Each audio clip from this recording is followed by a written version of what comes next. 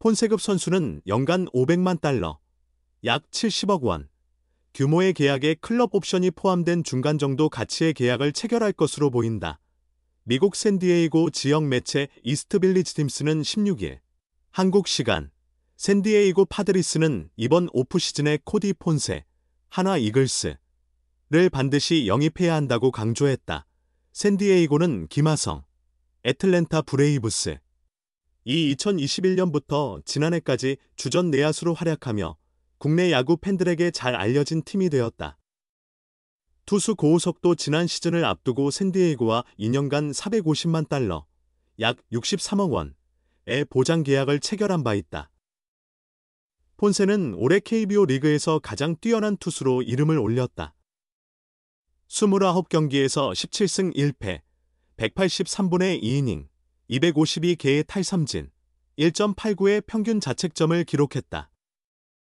WSIP, 이닝당 출루 허용률은 0.94에 그쳤으며 피안타율은 0.199에 불과했다. 비록 무패 다승왕 도전은 이루어지지 않았지만 다승과 평균 자책점, 탈삼진에서 모두 정상에 올라 트리플 크라운을 달성했다. 2023년 NC 다이노스의 에릭 패디에 이어 외국인 투수로서는 역대 두 번째 기록이다. 탈삼진 수는 KBO 역사상 한 시즌 최다 신기록으로 작성되었다.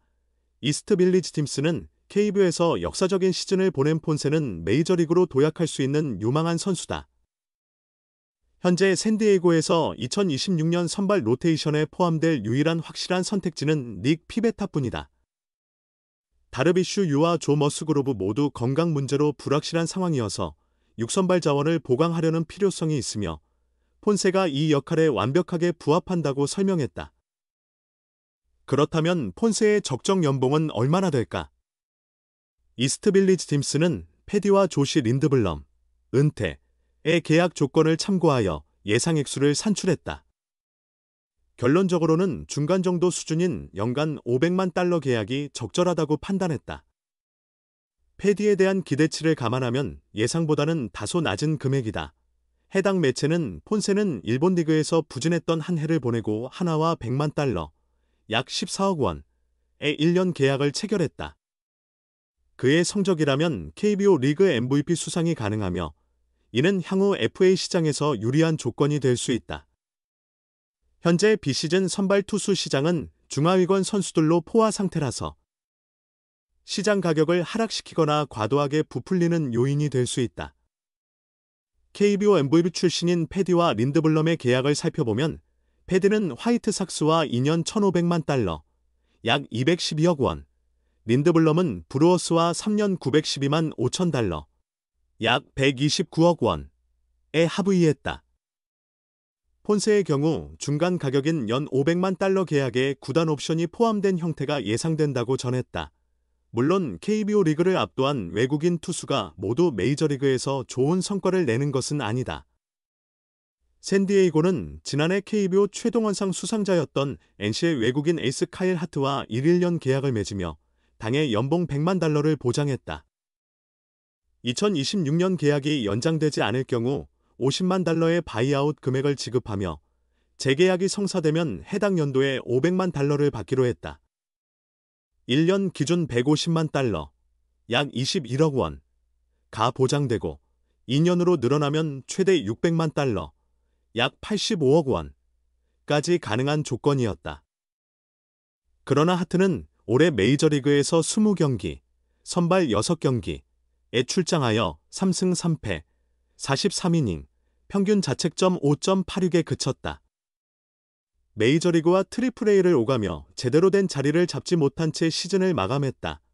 이스트빌리지 팀스는 하트가 지난해 KBO에서 보여준 성적과는 다소 거리가 있지만 KBO 무대에서 메이저리그로 성공적으로 옮겨간 선수들도 존재한다.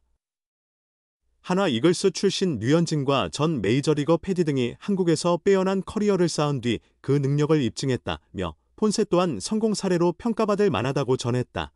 폰세의 투구에 대해서는 KBO에서 5가지 구종을 섞어 던지며 성과를 냈으나 여전히 몇 가지 의문이 남는다. 그의 직구는 시속 94에서 97마일, 약 151에서 156km로 형성되었고 최고 구속은 98마일, 약 157.7km에 달했다. 두 번째로 많이 사용한 구종은 커터이며 주요 변화구로는 슬라이더와 커브를 들 수 있다. 이 두 구종의 합산 구사율은 31%에 이른다. 슬라이더는 12시에서 6시 방향으로 낙차하며 평균 10.7인치, 약 27cm의 움직임을 보였다. 커브는 스카우트들에 따르면 다소 일관성이 떨어지지만 보완한다면 평균 수준으로 끌어올릴 가능성이 있다고 평가했다. 마지막 구종인 체인지업은 메이저리그 시절보다 향상된 모습이지만 플러스 피치로 볼 수 있는지에 대해서는 스카우트 간 의견이 갈린다.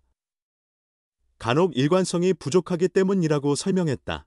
폰세에게는 샌디에이고 외에도 여러 메이저리그 구단이 관심을 보이고 있다. 디 애슬레틱은 샌프란시스코 자이언츠 또한 폰세 영입을 검토 중이라고 보도했다. 한편 폰세를 한국 현지에서 직접 관찰한 다른 메이저리그 팀으로는 시카고 컵스, 에인절스, 디트로이트 타이거스, 그리고 신시내티 레즈 등이 있다. 폰세 초전 박살 이것뿐이다. 삼성 또 한 번 도장 깨기 성공할까? 겁먹을 필요 없다. 삼성 라이온즈는 14일 대구에서 열린 SSG 랜더스와의 준 플레이오프 4차전에서 5대2로 승리했다. 4위인 삼성은 시리즈 전적 3승 1패로 3위 SSG를 제압하며 업셋을 완성했다. 기쁨은 잠시뿐이었다. 플레이오프에서 맞붙게 될 한화 이글스를 떠올리면 웃음이 오래가지 않았다. 결코 만만한 상대가 아니기 때문이다. 17일 대전에서 열릴 플레이오프 1차전까지 한화를 상대로 철저히 준비해야 한다. 한화의 1차전 선발은 코디 폰세다. 김경문 한화 감독은 이미 폰세의 1차전 등판을 확정지어 발표했다. 한화뿐 아니라 KBO 역사에 남을 시즌을 보낸 역대급 에이스를 1차전에 내세우는 건 당연한 선택이었다.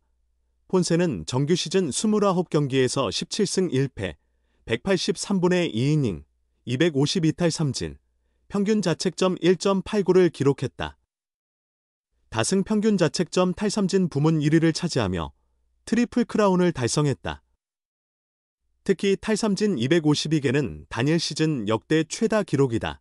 삼성 타선은 폰세를 단 한 번 상대했다.